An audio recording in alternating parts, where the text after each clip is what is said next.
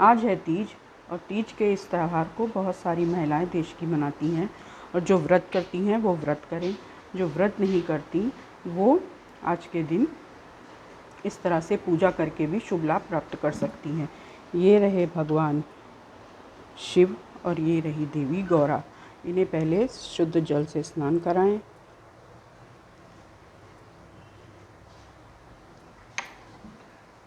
फिर हम लेंगे दोबारा जल और इसमें डालेंगे हम हल्दी। हल्दी के जल से शिव जी का स्नान नहीं किया जाता, इसलिए हम सिर्फ देवी पार्वती का स्नान करेंगे।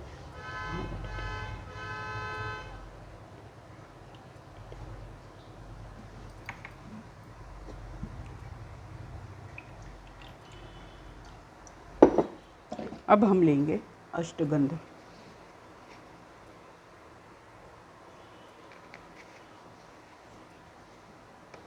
हम अष्टगंध का स्नान कराएंगे देवी पार्वती को, भगवान शिव जी को नहीं कराएंगे। देवी नमो महागौरी देवी। अब हम फिर से जल लेंगे और अब हम इसमें डालेंगे चंदन।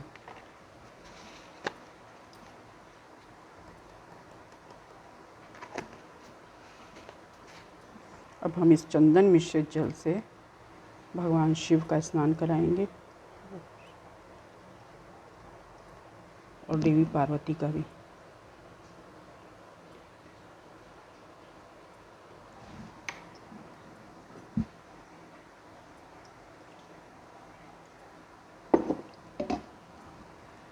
और अब हम लेंगे इत्र।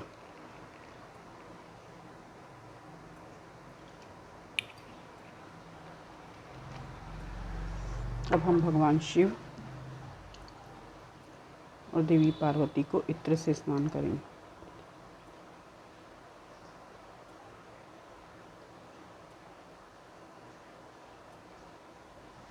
अब हम शुद्धोदक जल से इनका स्नान कराएंगे।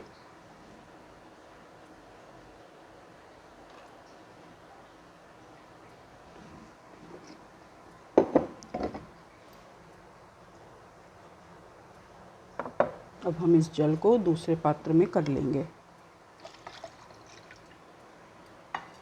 अब इन्हें वापस से इसी पात्र में बैठा लेंगे। अब इनका स्नान पूर्ण हो चुका है और अब हम इनको इनके पोंछने के लिए एक अलग से रुमाल रखें, जिससे मैं रोज़ पूजा करती हूँ, तो मैं अब इससे इनको पोंछ दूँगी।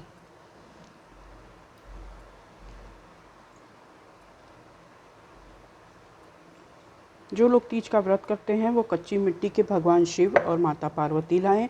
जो लोग व्रत नहीं करती हैं, जो महिलाएं वो सिर्फ पूजा करना चाहती हैं, वो अपने घर में स्थापित भगवान शिव और माता पार्वती की मूर्ति से पूजा कर सकती हैं, जैसे मैं कर रही हूँ। अब हमने इनको पोंछ दिया है। अब हम करेंगे, ये देखिए मैं लाई हूँ बहुत सारी चीज़ें जो हैं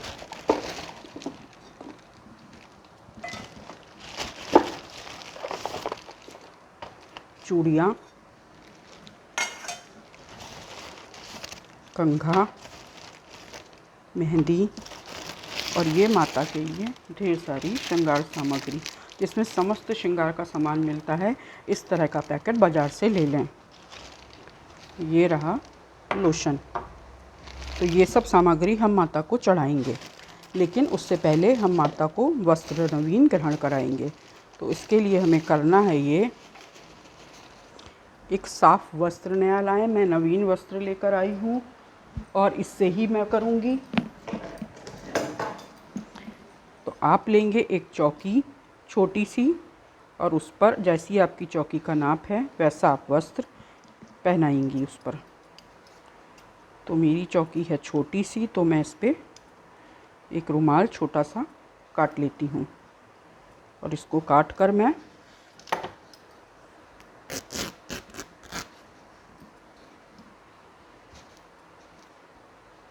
व्यवस्थित कर लूँगी रुमाल के शेप का।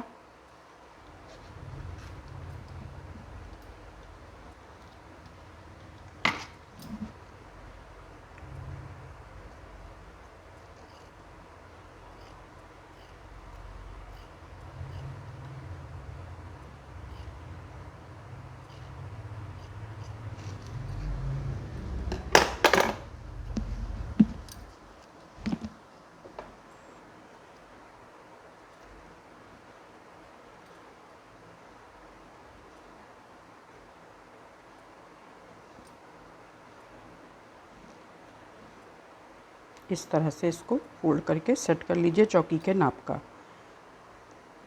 और ये रहा मेरा मंदिर जो कि ऊंचाई पर है, ये बना हुआ। तो मैं पूजा इसलिए यहाँ पर करती हूँ। ये रहा मेरी माता का चौकी मतलब इस तरह की एक चौकी छोटी लीजिए, उस पर रखिए। अब मैं इस पे लगाऊंगी ये वस्त्र।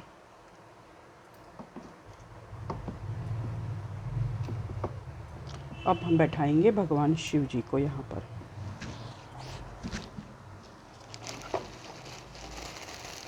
शिव जी को हम ये नवीन वस्त्र धारण कराएंगे जो मैं अभी नया लेकर आई हूँ। देखिए आप ही लोग के सामने खोल रही हूँ। ऐसा नवीन वस्त्र लाना है भगवान शिव के लिए और इनको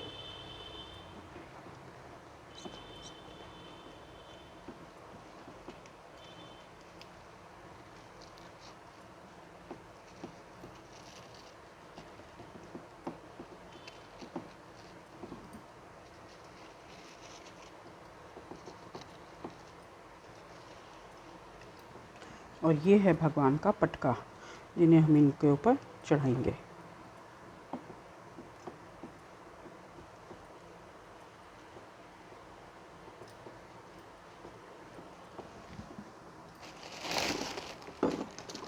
अब हम भगवान को पहनाएंगे एक मोती की माला। अब हम विराजित करेंगे देवी पार्वती को। और ये रहे इनके नवीन वस्त्र।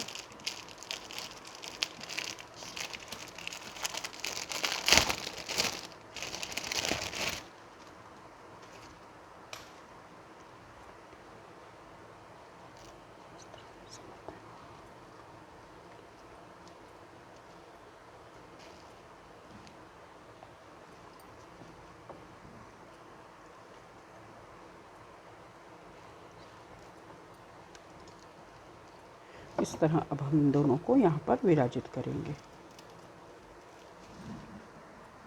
अब हम करेंगे देवी पार्वती का श्रृंगार। तो श्रृंगार के लिए मैं लाई हूँ इस तरह के आभूषण।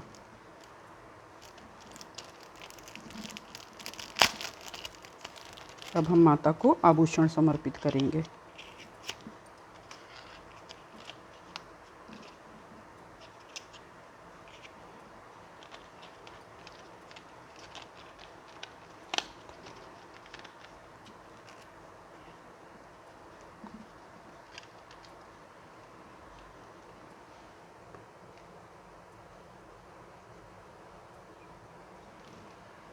हमारी पार्वती जी बहुत छोटी सी हैं तो हम इसको पहले से ही सेट कर लेते हैं ताकि पहनाने में आसानी हो। अगर आपकी गौरी बड़ी सी हैं तो आप उनको आराम से वहाँ पर भी पहना सकती हैं इसको। इस तरह से हम इनको माता को ये आभूषण धारण करवाएंगे।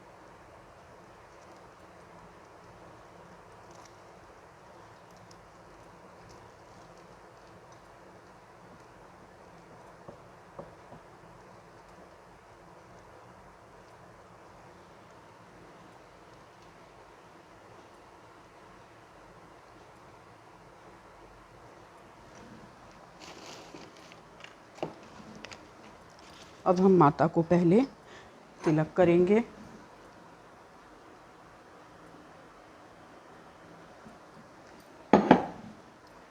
हम माता को पहनाएंगे ये हल्दी, फिर हम लगाएंगे चंदन, फिर हम लेंगे थोड़ा सा अष्टगंध, फिर हम लगाएंगे रोली,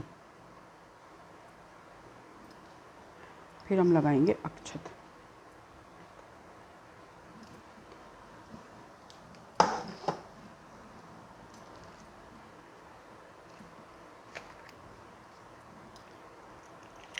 और ये रहे माता के नवीन नेत्र। तो जब हम माता जी को नहलाते हैं तो जो नेत्र होते हैं इनके वो झड़ जाते हैं स्नान आदि में। तो अगर आपके संग भी ऐसी दिक्कत आती हो तो आप जो है नवीन नेत्र ला सकते हैं। अब हम माता को नेत्र लगाएंगे, जो थोड़ा सा टाइम लेता है। ये चिपकाने का सामान है जो बाज़ार में ही मिल जाता है आराम से। अब बोल के ले सकते हैं कि माता के नेत्र चिपकाने के लिए चाहिए हमें। इससे आप किसी भी देवी देवता के नेत्र चिपका सकते हैं।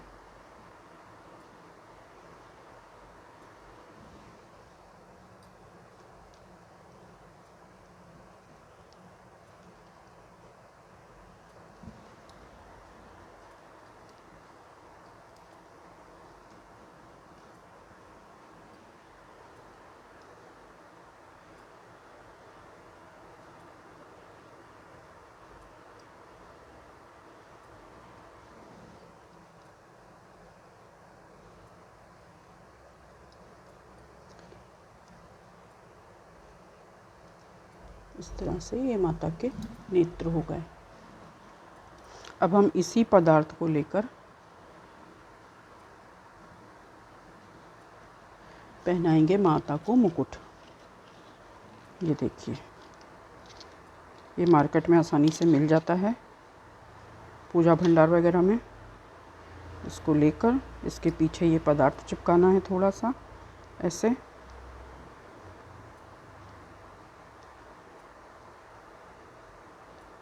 और अब हम इनको माता रानी को पहना देंगे।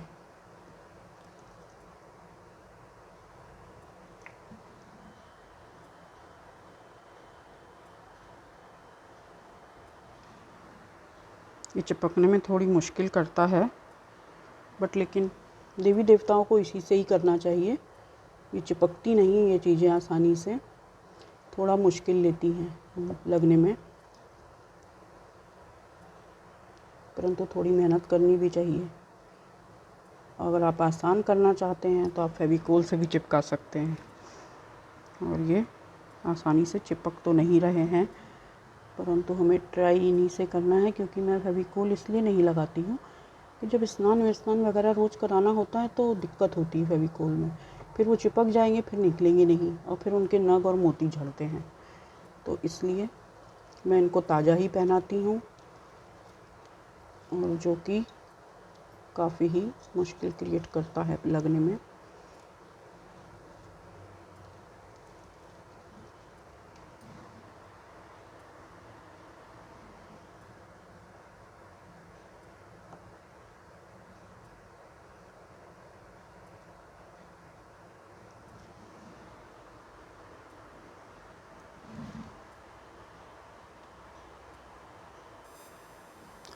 अब हम वापस से अपनी प्लेट लेंगे और भगवान शिव को चंदन अर्पित करेंगे।